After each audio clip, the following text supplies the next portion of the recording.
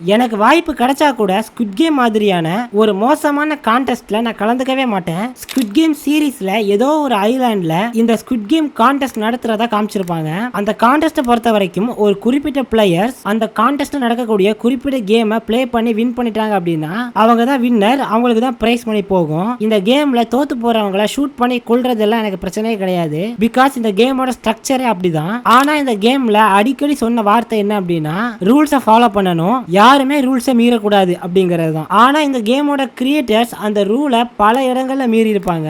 அப்புறம் தான் எனக்கு ஒரு விஷயம் புரிஞ்சுது, இந்த ஸ்குவிட் கேம்ங்கிறது ஒரு கான்டெஸ்ட் கிடையாது, இது ஒரு பணக்காரங்க பார்க்கக்கூடிய என்டர்டைன்மெண்ட் ஷோ. இந்த ஷோக்கு ரூல்ஸை செட் பண்றது அந்த பணக்கார விஐபி தான். அதனால இந்த ரூல்ஸ் எப்ப வேணாலும் மாறலாம். இந்த காரணத்துக்காக தான் நான் இந்த கேம்ல கண்டிப்பா கலந்துக்க மாட்டேன். நீங்க எப்படிங்கிறத கமெண்ட்ல சொல்லுங்க. அண்ட் இன்னொரு விஷயம், இதுக்கப்புறம் நம்மளுடைய சேனல்ல ஸ்குவிட் கேம் கண்டென்ட் வராது.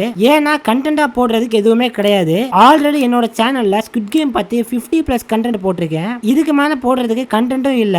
அதே மாதிரி என்னுடைய சேனல் ஒரு ஸ்குவிட் கேம் ஃபேன் பாய் சேனலும் கிடையாது. மத்த மூவிஸ் அண்ட் சீரிஸை பத்தி நிறைய வீடியோஸ் பேசி போட போறேன். மறக்காம சப்ஸ்கிரைப் பண்ணி சப்போர்ட் பண்ணுங்க.